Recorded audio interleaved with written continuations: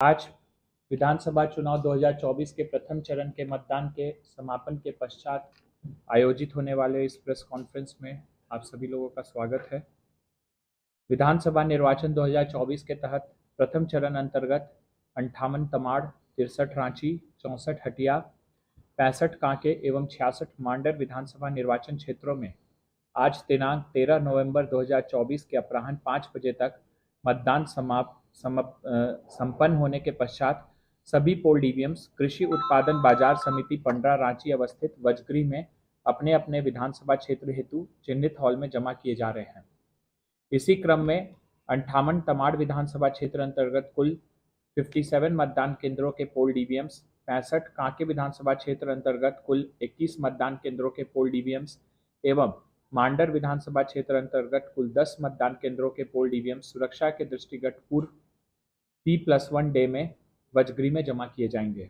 प्रथम चरण अंतर्गत अब तक कुल 11 आदर्श आचार संहिता उल्लंघन के मामलों में एफआईआर दर्ज हुआ है, जिसमें से 3 एफआईआर आज दर्ज किया गया है। प्रथम चरण अंतर्गत रांची जिला के 58 तमाड़, 63 रांची, 64 हटिया, 65 कांके एवं 66 मांडर विधानसभा निर्वाचन क्षेत्रों में संध्या 5 बजे तक का मतदान प्रतिशत निम्न है।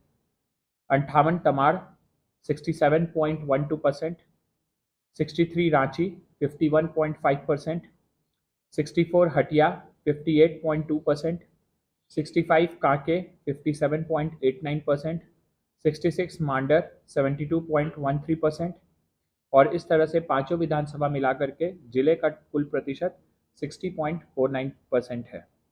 मतदान प्रक्रिया में प्रथम चरण अंतर्गत सभी विधानसभा क्षेत्रों में कुछ मतदान केंद्रों पर ईवीएम्स में खराबी आने के फलस्वरूप उन्हें रिप्लेस किया गया है, जिसकी विवरणी निम्न है।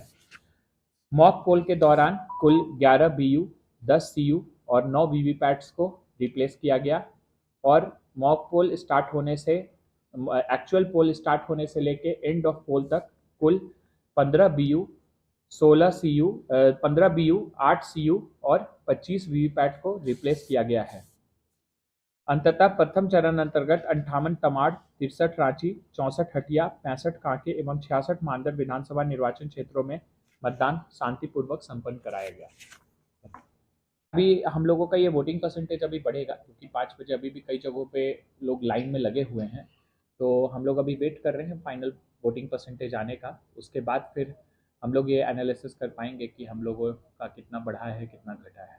ये एक इंडिकेटिव फिगर है, बट हाँ, हम लोग ये कह सकते हैं कि नियर अबाउट सेम रेंज में है हम लोग। लोकसभा में भी रांची विधानसभा का 54% के आसपास था, और अगर हम लोग पोस्टल बैलेट को मिला लेंगे तो अभी के हिसाब से रफली हम लोग 52.5% हैं। 1-1.5% हो सकता है कि अभी आगे पीछे।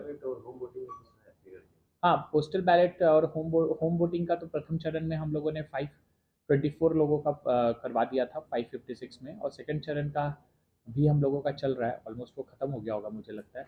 और साथ ही साथ जो पोस्टल बैलेट्स हैं उसमें पोलिंग पर्सनल्स का, पुलिस का, एफएसटी, वीएसटी, एसेंशियल सर्विसेज सभी का करा लिया गया है। और जिले में 12,000 से ज़्यादा लोग हैं जिन्होंने पोस्टल बैलेट से अपने मताधिकार का प्रयोग किया है।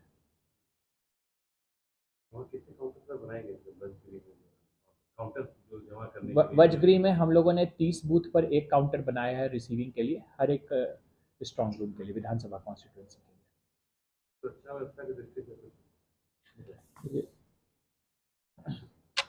सुरक्षा व्यवस्था की दृष्टि से पूरा चुनाव बड़ा ही अच्छा और शांतिपूर्ण मतदान संपन्न हुआ। कहीं पर भी विधि व्यवस्था की कोई समस्या उत्पन्न नहीं हुई। हमारी क्यूआरटी टीम को बहुत ही कम मौकों पर रश करना पड़ा। आप जो बिल्कुल घोर नक्सल प्रभावित मतदान केंद्र थे, ऐसे मतदान केंद्र जैसे आरा हंगा का मतदान केंद्र तमाड़ विधानसभा में था, जहाँ विधानसभा चुनाव पहली बार उसी जगह पर हुआ जहाँ पर लोग ग्रामीण थे। और कहीं पर भी जो हमारे 4 बजे के पोल थे वो लगभग अब वापस क्लस्टर में पहुँच चुके हैं। और लगातार हमारी मॉनिटरिंग पूरे जिले में रही।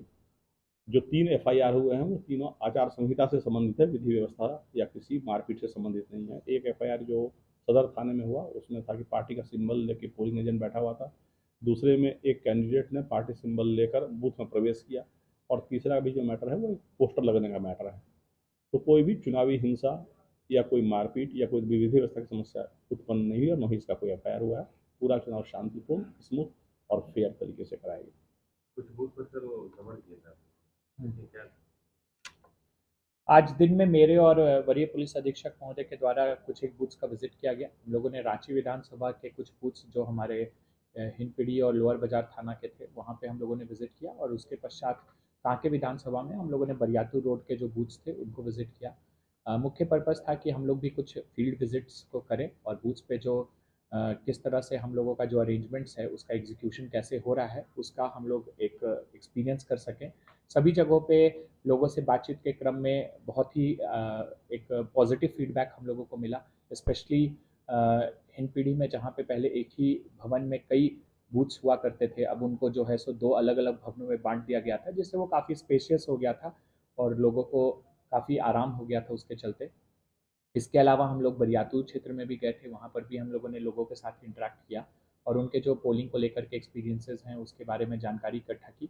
ओवरऑल एक बहुत ही पॉजिटिव एक्सपीरियंस फीडबैक हम लोगों को सभी वोटर्स से मिला। ये मतदाता पर्ची जो नहीं बता उसकी वजह से भी कोई दिक्कत हो बहुत कम जैसे मान लीजिए 78% रांची का है और भी जगहों का रांची में लगभग हम लोगों का 81% के आसपास मतदाता पर्ची बता था, लेकिन हमारे जितने भी मतदाता हैं उन सभी के घर घर पे जा कर के बीएलओज ने चेक किया था। तो जो बाकी नहीं बट पाए वो वैसे लोग हैं जो उस क्षेत्र में रहते नहीं हैं, वो दूसरी जगह पे रहते हैं पर मतदान करने के दिन पे वो वापस आ जाते हैं, उनका वोटर लिस्ट में नाम है तो उनको अननोन कैटेगरी की फिगर में डाला गया था। और बाकी कुछ एक ऐसे एएसडी का फिगर हमारे ज़िले में था जो कि एब्सेंटी शिफ्टेड डिलीटेड होता है, जिसमें कैटेगराइज किया गया, जिसके बारे में ये पूरी तरह से क्लैरिटी थी कि चुनाव के दिन वो मतलब वो यहाँ से शिफ्ट कर चुके हैं या उनका डेथ हो चुका है, वैसे लोगों को एसडी लिस्ट में रखा गया। सेक्टर मजिस्ट्रेट जो है बूथ का जायजा लेकर बहुत ही सत्यापन किए थे बहुत सारे बूथ पर सुविधाओं का अभाव दिखा जैसे खरगोन का आनंदपुर वाला है वहाँ पर बिल्कुल सुविधा नहीं थी कपड़ा लगाकर जो है वहाँ बूथ बनाए गए थे देखिए देखिए हम लोगों ने बहुत पहले से एएमएफ को लेकर के काफ़ी तैयारियां की थी और एएमएफ में हमारा 2 कंपोनेंट रहता है।